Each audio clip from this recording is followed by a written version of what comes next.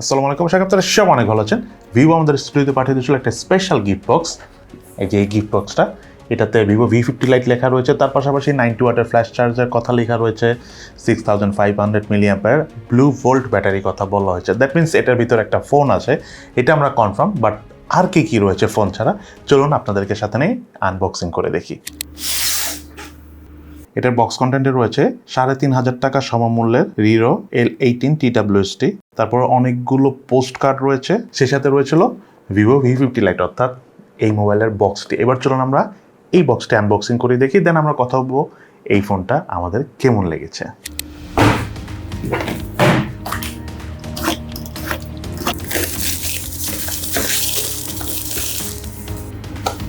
মোবাইলের বক্স কন্টেন্টে রয়েছে user manuals, SIM tray ejector, back case, 90 ওয়াটের flash charger, type C USB charging কেবল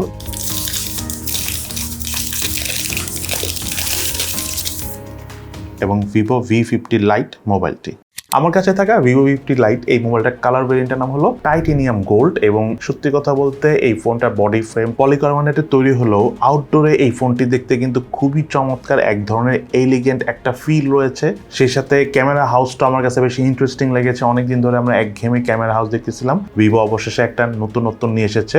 তার পাশাপাশি বেশ পাতলা এই মোবাইলটার, থিকনেস হলো 7.79 মিলিমিটার এবং ওয়েট হলো 196 গ্রাম। ওভারঅল এই মোবাইলটি সিঙ্গেল হ্যান্ডে আমরা বেশ কমফোর্টেবল ভাবে ইউজ করতে পেরেছি। এবং তার পাশাপাশি মোবাইলটার ডিসপ্লেতে SGS 5 star drop resistant military grade certified shield গ্লাসের প্রোটেকশন থাকে, ডিসপ্লেটা বেশ শক্তপোক্ত। সেই সাথে এই মোবাইলটাতে রয়েছিল IP65 এর ওয়াটার এবং ডাস্ট রেসিস্ট্যান্ট সার্টিফিকেশন।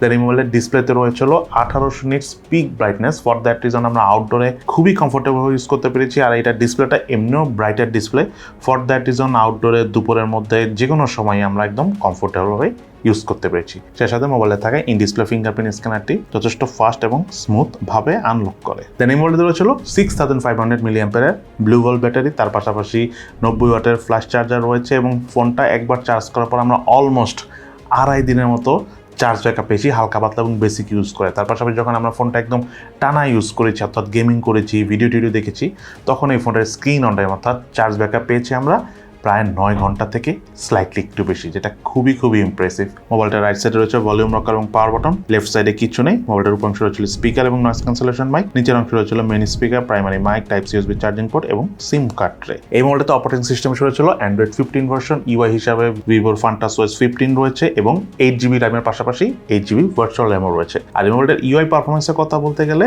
আমরা একদম নিট অ্যান্ড ক্লিন UI পেয়েছি। দুই একটা আননেসেসারি গেমসের অ্যাপস রয়েছে, বাট ওগুলো চাইলে আপনারা ধরে ডিলিট করে দিতে পারবেন। এছাড়া আননেসেসারি তেমন কোনো একটা অ্যাপস আমরা দেখি নেই। আর UI যথেষ্ট স্মুথ ছিল, ল্যাগ বা ফ্রেম ড্রপ এই ধরনের কোনো স্ট্যাটারিং কোনো কিছু আমরা এই ফোনটা UI থেকে পাইনি। অর্থাৎ UIতে আমি 10-এ 10 দিব এই ফোনটাকে। যদি ওই আননেসেসারি দু একটা গেমস না থাকতো তাহলে বেশি ভালো হতো। দেন এমোলেড ডিসপ্লেটা হলো 6.77 ইঞ্চি সাইজের অ্যামোলেড প্যানেলের ডিসপ্লে রেজলিউশন হলো 2392/1080 পিক্সেল এবং পিক্সেল ডেনসিটি 387 ppi। ডিসপ্লেটার ব্রাইটার এবং কালার টোনটা খুবই ভালো, অনেক ডাইনামিক একটা ফিল রয়েছে, ক্রিস্প লাগে অনেক ভিডিও দেখার সময়। স্পেশালি আমরা যখন সায়েন্টিফিক টাইপ মুভিগুলো এই ডিসপ্লেতে অর্থাৎ এই ফোনে দেখেছি, আমাদের কাছে অনেক ভালো লেগেছে। তার পাশাপাশি ডিসপ্লেটির উপরে সেন্টার রয়েছিল পাঞ্চল সেলফি ক্যামেরা এবং এই মোবাইলটিতে রয়েছিল ওয়াইড ফাইন L1 এর সাপোর্ট। মোবাইলটার রিয়ার প্যানেল রয়েছিল 50 মেগাপিক্সেলের মেইন ক্যামেরা সহ ডুয়েল ক্যামেরা সেটআপ এবং এই ফোনে থাকা মেইন ক্যামেরাটার সেন্সরটা হলো সনি IMX এর 882 সেন্সর। এবং এই মোবাইলটার রিয়ার প্যানেলে থাকা ক্যামেরা দিয়ে ছবি তোলার সময় আমরা আউটডোরে প্রপার লাইট কন্ডিশনে যথেষ্ট ভালো ব্রাইটার ছবি তুলতে পেরেছি। ছবির ডিটেলসের আমরা অনেক ঘাটতি দেখা পেয়েছি, তবে আবার পোর্ট্রেট করে ছবি তোলার সময় ডাইনামিক রেঞ্জ অনেক ভালো ছিল, এজ ডিটেকশনও ঠিকঠাক ছিল। সেই সাথে এই মোবাইলটাতে ছবি তোলার পর আমরা AI এর মাধ্যমে অবজেক্ট সিলেক্ট করে রিমুভ করতে পেরেছি খুব ইজিলি। অবজেক্ট ট্র্যাক করে সে অবজেক্টগুলো রিমুভ করতে পারে। তার পাশাপাশি AI রিমুভ পিপল অপশনটা রয়েছে। যেমন আমার এই যে সেলফি ছবিটা তুলেছি, আশেপাশে যে মানুষগুলো ছিল, পিপল অপশনটা ট্যাপ করার ফলে আশেপাশে যত মানুষ আছে আমি ছাড়া সবাইকে AI খুব সুন্দরভাবে ক্লিন করে দিয়েছে, ব্যাকগ্রাউন্ড ডিটেলস যথেষ্ট ভালোভাবে ধরে রাখতে পেরেছে। দেন AI ফটো এনহ্যান্সটা যখন আমরা ইউজ করেছি ছবিতে, তখন ছবির কালার টোনটা আরেকটু রিচ হয়েছে, দেখতে একটু বেশি ডাইনামিক লেগেছে। স্পেশালি আপনারা যখন কোনো ছবি তুলবেন যেটা একটু অন্ধকার বা একটু ডাল লাগবে, তখন আপনারা AI ফটো এনহ্যান্স এই অপশনটা ইউজ করেন, তাহলে ছবির ডাইনামিকটা অর্থাৎ ছবির কালার রিচটা একটু বেশ ভালোভাবেই বেড়ে যাবে। এছাড়াও মোবাইলটা দিয়ে highest 1080p 30 fps video shoot করা যায়। এই বাজেট হিসাবে অ্যাটলিস্ট 1080p 60 fps এর পাশাপাশি 4K 30fps এর ভিডিও শুট করার অপশন থাকলে ভালো হতো। আমরা 1080p 30fps এর ভিডিও শুট করেছি, মোটামুটি স্টেবল ভিডিও পারফরমেন্সই পাওয়া গেছে, তবে আরেকটু ভালো পারফরমেন্স পেলে বেশি ভালো লাগতো। দেন এই মোবাইলটার ফ্রন্ট প্যানেলে ছিল 32 মেগাপিক্সেলের সেলফি ক্যামেরা, এবং সেলফি ক্যামেরাতে ছবি তোলার সময় আমরা প্রপার লাইট কন্ডিশনে যথেষ্ট ভালো ছবি তুলতে পেরেছি। কালার ডিটেলস যথেষ্ট ভালো ছিল, তার পাশাপাশি ডায়নামিক রেঞ্জ অনেক ভালো পেয়েছি, পোর্ট্রেট মোডও যথেষ্ট ভালো ছবি এসেছে, এজ ডিটেকশনও অনেক ভালো ছিল। ওভারঅল এই ফোনে থাকা সেলফি ক্যামেরা দিয়ে আমরা সোশ্যাল মিডিয়ায় রেডি টাইপ ছবি তুলতে পেরেছি, দ্যাটস ওয়াই বেশ ভালো লেগেছে। সে সাথে এই মোবাইলটাতে রয়েছিল ক্যামেরা টু এপিএস সাপোর্ট, সাথে চাইলে ইন ফিউচারে এই মোবাইলটাতে ম্যানুয়াল ক্যামেরা অর্থাৎ জি ক্যাম ইউজ করতে পারবেন। এই মোবাইলটাতে রয়েছিল স্ন্যাপড্রাগনের 685 প্রসেসর। এই প্রসেসরটা হলো একটা 4G প্রসেসর, যার ট্রানজিস্টর সাইজ হলো 6 ন্যানোমিটার, এবং জিপিইউ হিসেবে মোবাইলটা রয়েছিল Adreno 610। এবং এই প্রসেসরে থাকা জিপিইউটা একটা বড় ল্যাকিংস, স্পেশালি গেমিং করার সময় আমরা অনেক হাই গ্রাফিক সেটিংয়ে এই জিপিইউ দিয়ে গেম প্লে করতে পারিনি, যেটা আমার কাছে একটু বেশি ল্যাকিংস মনে হচ্ছে। স্পেশালি পাবজি গেমসটা অনেক হাই গ্রাফিক সেটিং আমরা খেলতে পারিনি, তার পাশাপাশি দেখা গেল যে গ্রাফিক্স টোনটাও একটু ডাল ছিল। তবে ওভারঅল আবার গেমিং পারফরমেন্স ঠিকঠাক আছে, তবে কালার ডিটেলসটা ঘাটতি থাকার কারণে খেলে যে অনেক বেশি ভালো লেগেছে ঠিক তাও না। মোবাইলটার আন্তর্জাতিক স্কোর পেয়েছি আমরা 3,85,248 এবং বেঞ্চমার্ক স্কোর টেস্টের রেজাল্ট স্ক্রিনে শেয়ার করে দিয়েছি।